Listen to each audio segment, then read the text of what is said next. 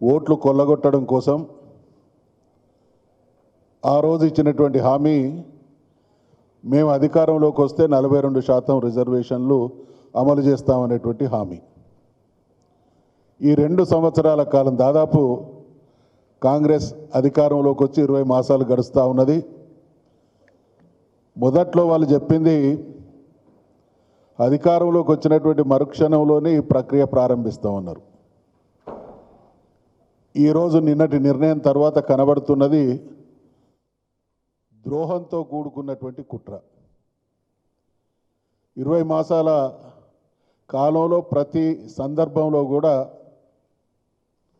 ద్రోహం చేసింది. తూచా తప్పక 42% రిజర్వేషన్లు అమలు చేసి తీరుతామన్నారు.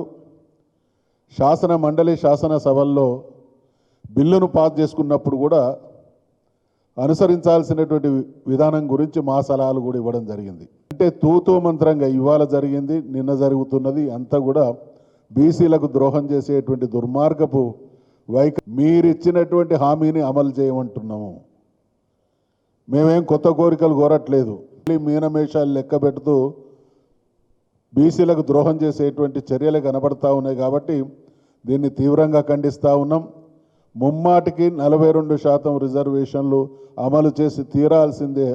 లేని పక్షంలో బీసీ సమాజం ఆవేశాలకు ఈ ప్రభుత్వం గురి కావాల్సి వస్తుంది.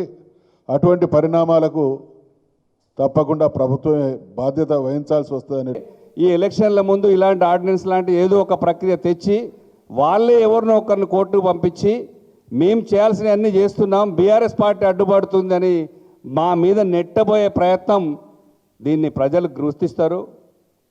గుర్తుపెట్టుకుంటే ఏదని ఏం కాదు. అట్లా ఖచ్చితంగా కూడా తెలంగాణలో 42% రిజర్వేషన్లు ఇచ్చేదాకా మేము పోరాడుతూనే ఉంటాం. దీన్ని మీరు వెంటనే పడతాం. 42% ఖచ్చితంగా కూడా అమలు చేయాలి.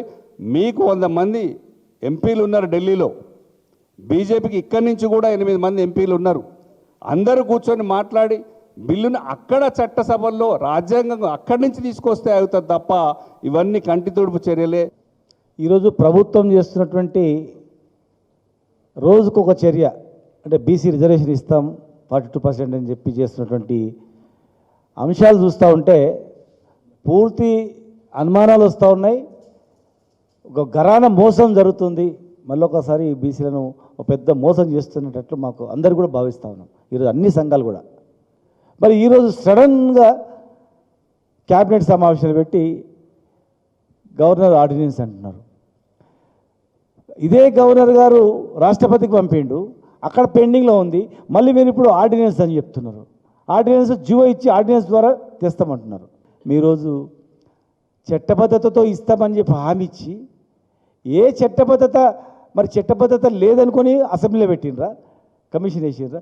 ముందే మీరు ఇమీడియట్గా 6 నెలల లోపల జియో తీసుకొని జియో ఇష్యూ చేసి కోర్టుల మీద కొట్టేస్తే అప్పుడు మీరు అసెంబ్లీ ప్రాసెస్ చేసి అక్కడి నుంచి పంపించాలి. కానీ మీరు పైకి వెళ్ళి రివర్స్ మళ్ళీ కిందికి వచ్చి హడావుడి చేసి బీసీలకు చేస్తున్నాం ఇంత పర్సెంటేజ్ అంటే, ఆనాడు 34% పెంచినప్పుడు 62% అయింది.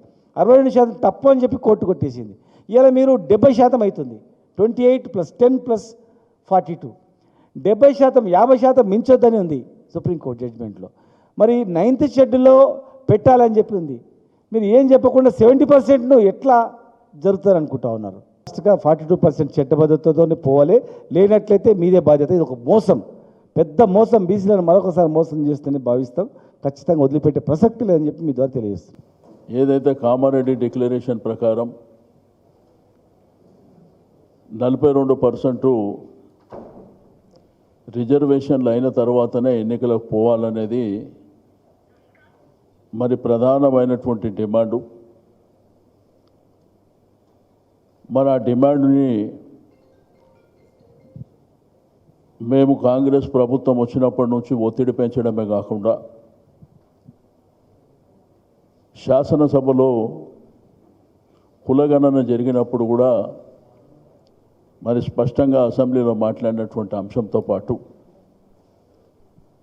ఏదో 10వ తేదీన క్యాబినెట్లో నిర్ణయం జరుగుతుంది, అనేకమైనటువంటి లీక్స్ ఇచ్చిండ్రు. ఒక జీవో ఇస్తారని, రెండోది దీని మీద అనేకమైనటువంటి అనుమానాలు కూడా ఉన్నాయి. దానికి ప్రధానమైనటువంటి కారణం ఏంటంటే కులగణన జరిగిన ధర్మిల దాన్ని తీర్మానం చేసి మరి గవర్నర్ గారి ద్వారా కేంద్రానికి పంపించినటువంటి సందర్భం ఉన్నప్పటికీ మళ్ళీ దాన్ని బైపాస్ చేస్తూ కొత్తగా ఆర్డినెన్స్, గతంలో ఇచ్చినటువంటి ఆర్డినెన్సు తమిళనాడులో 4 సార్లు ఇచ్చినప్పటికీ మహారాష్ట్రలో కానివ్వండి, మా ప్రభుత్వం కూడా లోకల్ బాడీ ఎన్నికలప్పుడు మేము కూడా ఇచ్చిన దాన్ని మరి సుప్రీంకోర్టు కొట్టేసినటువంటి సందర్భాన్ని కూడా పురస్కరించుకొని మాకు కొన్ని అనుమానాలు ఉన్నాయి. అల్టిమేట్గా మా డిమాండల్లా మీరు ఏం చేస్తారో మాకు అనవసరం, మా జాతికి మాత్రం 42% రిజర్వేషన్ అయిన తర్వాతనే ఇది మీరు ఇచ్చినటువంటి హామీ. తెలంగాణ రాష్ట్రంలో ఉన్న వెనుకబడిన జాతులందరినీ కూడా వారి జాతుల యొక్క మనోభావాలు దెబ్బతీసే విధంగా ఈరోజు ఈ కాంగ్రెస్ పార్టీ వ్యవహరిస్తుంది. వీరి వల్ల క్యాబినెట్లో పెట్టి ఆర్డినెన్స్ తీసుకొస్తా అన్నారు. నేను రేవంత్ రెడ్డి ప్రభుత్వానికి సూటిగా ప్రశ్నిస్తున్నాను.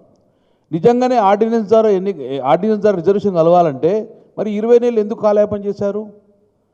150-160 కోట్లు ఎందుకు ఖర్చు చేశారు? ఎందుకు ఈ కమిటీలు వేశారు? అంటే ఒక మోసం చేసే ప్రక్రియ చేస్తుండ్రు. రేవంత్ రెడ్డి గారు, మీరు ఈ బీసీ రిజర్వేషన్ అనే ఒక పులి మీద స్వారీ చేస్తున్నారు. మీరు చాలా సేఫ్గా ల్యాండ్ కాకపోతే పులి తినేస్తుంది మిమ్మల్ని, గుర్తుపెట్టుకోండి. మనోభావాలు, రాజకీయ కోణంలో కాదు, మనోభావాలకు సంబంధించిన విషయం.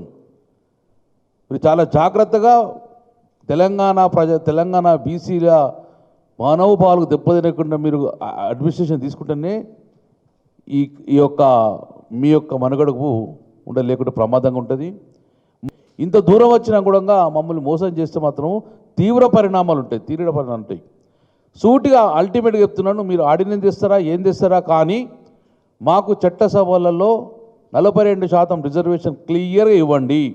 50% దాటొద్దు, ట్రిపుల్ టెస్ట్కి అనుగుణంగా సర్వే చేసి 50% దాటొద్దు అని చెప్పేసి స్పష్టంగా ఉంది రిజర్వేషన్లు. అవి నువ్వు కోట్ చేస్తూ భూసాని వెంకటేశ్వర్ గారితో 42% రిజర్వేషన్ కావాలని తీసుకున్నావు. ఇది రాజకీయాల పరంగా. మరి నువ్వు విద్యా ఉద్యోగాలకు సంబంధించి ఏం చేసినావు? ఫిబ్రవరి 27, 2025లో ఒక జీవో ఇచ్చి ఆ జీవోకు అనుగుణంగా ఒక 7 రోజులలోనే కమిషన్ మొత్తం కూడా విచారించేసి మొత్తం తెలంగాణ వ్యాప్తంగా ఉన్నటువంటి విద్యా ఉద్యోగాలకు బీసీలలో ఏ విధంగా నష్టం జరుగుతుందని చేసి మళ్ళీ 42% రిజర్వేషన్ అని చెప్పేసి దాన్ని కూడా రికమెండేషన్ చేసుకోడు. అంటే ఇది కోట్లకు పోతే రేపు కోట్లకు పోతే కోట్లలో ఏం సమాధానం చెప్పుకుంటారు? మీరు కాంగ్రెస్ పార్టీగా 42% అని మీరు ఇచ్చిరు. దాన్ని 42% ఇచ్చి మీరు దానికి అనుగుణంగానే బీసీ కమిషన్ కూడా, డెడికేటెడ్ బీసీ కమిషన్ కూడా 42% అని చెప్తుంది. ఈరోజు నిజంగానే ఒక విషయంగా మనం అందరం కూడా, అందరు ప్రజలు కూడా ప్రశ్నించుకోవాల్సిన అవసరం ఉంది. ఈ బీసీ రిజర్వేషన్లతో పాటు కాంగ్రెస్ పార్టీ ఎస్సీ వర్గీకరణ చేసింది. ఎస్సీ వర్గీకరణకు ఈరోజు చాలా గొప్పలు చెప్తున్నారు కదా. రాహుల్ గాంధీ దేశవ్యాప్తంగా తెలంగాణ రోల్ మోడల్ అని చెప్తున్నారు కదా. నిజంగానే రోల్ మోడల్ అయితే, నిజంగానే ఈ లెక్కలు మీరు తీసినటువంటి లెక్కలకు చట్టబద్ధత ఉంటే మీరు ఎస్సీ వర్గీకరణకు ఈ లెక్కలు ఎందుకు తీసుకోలేరు? తూతూ మంత్రంగా బీసీలను మోసం చేయడానికే నిన్న ఆర్డినెన్స్ తీసుకొని వచ్చిర్రు.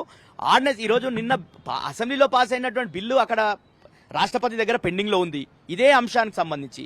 మళ్ళీ నువ్వు అదే అంశానికి సంబంధించి మళ్ళీ నువ్వు క్యాబినెట్లో రెజల్యూషన్ చేసుకొని ఆర్డినెన్స్ తీసుకొని వచ్చే ప్రయత్నం చేస్తున్నావు. అంటే బీసీల చెవులో పూలు పెట్టే ప్రయత్నం చేస్తున్నావు, బీసీలను నట్టేట ముంచే ప్రయత్నం చేస్తున్నావు. అది కాంగ్రెస్ పార్టీకి అలవాటే కాబట్టి దాంట్లో భాగంగానే ఈరోజు రేవంత్ రెడ్డి గారు బీసీలను 100% మోసం చేసినటువంటి చరిత్ర కాంగ్రెస్కు ఉంది. అది రేవంత్ రెడ్డి గారు కూడా సంపూర్ణం చేస్తారు. బీసీలకు 42% రిజర్వేషన్లు చేస్తే నీకు ఇవాళ మొత్తంగా పరిమితి ఎంత? 64% రిజర్వేషన్లు అయితే తెలంగాణలో. మరి 50% చేస్తే కదా ఆటోమేటిక్గా సుప్రీంకోర్టు, ఆల్రెడీ హైకోర్టు ఇవన్నీ వివాదాలు నడుస్తున్నాయి కదా. ఆ సమస్యకు దానికి పరిష్కారం ఏంది? అదే 9th షెడ్యూల్లో, రాజ్యాంగంలోని 9th షెడ్యూల్లో పార్లమెంట్లో రాజ్యాంగ సవరణ చేసి 9th షెడ్యూల్లో చేర్చినట్లయితే ఆ రిజర్వేషన్లు నిలబడుతుంది, లేకపోతే నిలబడదు. అది ఏం చేసినా కూడా అప్పుడే చట్టబద్ధత కల్పించినట్టు అవుతుంది తప్ప అది కాకుండా ఏం చేసినా కూడా ఏంటంటే బీసీలని మోసం చేయడమే. 75 ఏళ్లుగా కాంగ్రెస్ పార్టీ ఈ దేశంలో బీసీలని మోసం చేస్తూ వచ్చింది, వంచన చేస్తూ వచ్చింది. మళ్ళీ అదే పని చేస్తున్నారు. 9th షెడ్యూల్లో చేర్చకుండా, పార్లమెంట్లో రాజ్యాంగ సవరణ చేసి 9th షెడ్యూల్లో చేర్చకుండా 42% బీసీ రిజర్వేషన్లు నిలబడతాయా? నిజాయితీగా చెప్పాలి. మరి ఇంకేం మోసం చేయటమే కదా. ఇంకా మళ్ళీ మేము రాజ్యాంగ ప్రకారం చేస్తున్నాం, మా ప్రభుత్వం చేస్తుందంటే ఎందుకండి వీళ్ళు ఎందుకు మోసం చేస్తారు? కామారెడ్డి డిక్లరేషన్ ప్రకారం 42% రిజర్వేషన్ అమలు చేసే చిత్తశుద్ధి ఈ ప్రభుత్వానికి లేదని చాలా స్పష్టంగా అర్థమైపోయింది. ఎందుకంటే వచ్చిన 6 నెలల లోపలనే 42% రిజర్వేషన్ మేము అమలు చేసిన తర్వాతనే ఎన్నికల పోతామని చెప్పి మాట్లాడిన రేవంత్ రెడ్డి గారు ఇవాళ 19 నెలలైనా కూడా ఈ బిల్లు చట్టబద్ధం కాకపోవడం వల్ల ఇవాళ ఈ ప్రభుత్వానికి 42% రిజర్వేషన్ అమలు చేయడంలో చిత్తశుద్ధి లేని చాలా స్పష్టంగా అర్థమైపోయింది. ఒక దిక్కు రాష్ట్ర శాసనసభలో తీర్మానం చేసి ఉభయ సభలో తీర్మానం చేసి రాష్ట్రపతికి ఈ బిల్లు పంపించిన తర్వాత ఆ బిల్లు మీద పరిశీలి చేయకుండా ఆ బిల్లు పాస్ అయ్యే విధంగా రాష్ట్ర ప్రభుత్వం ఎలాంటి కేంద్ర ప్రభుత్వం మీద ఒత్తిడి చేయకుండా రాష్ట్రపతిని కలవకుండా అఖిలపక్ష సమావేశాన్ని కలవకుండా ఇవాళ మళ్ళీ కొత్త నాటకం తెరలేపుతూ ఇవాళ ఆర్డినెన్స్ తీసుకురావడానికి మేము తీవ్రంగా వ్యతిరేకిస్తూ ఉన్నాం. ఇవాళ ఏ ప్రభుత్వం అయినా ఏదైనా అంశం మీద చట్టబద్ధత కల్పించే ముందు ఒక ఆర్డినెన్స్ తీసుకొస్తారు. దాన్ని అమలు చేసిన తర్వాత చట్టబద్ధత చేయడానికి మళ్ళీ అసెంబ్లీలో తీర్మానం చేసి పాస్ చేసే కల్చర్ ఈ భారతదేశంలో ఉన్నది. అయినా ఈ ప్రభుత్వానికి చిత్తశుద్ధి ఎలాంటి వ్యూహం లేకముందు బిల్లు రాష్ట్రపతి దగ్గర ఉండగా ఇవాళ ఆర్డినెన్స్ తీసుకురావడాన్ని ఈ రాష్ట్రంలోని బీసీ ప్రజలందరినీ మోసం చేయడమే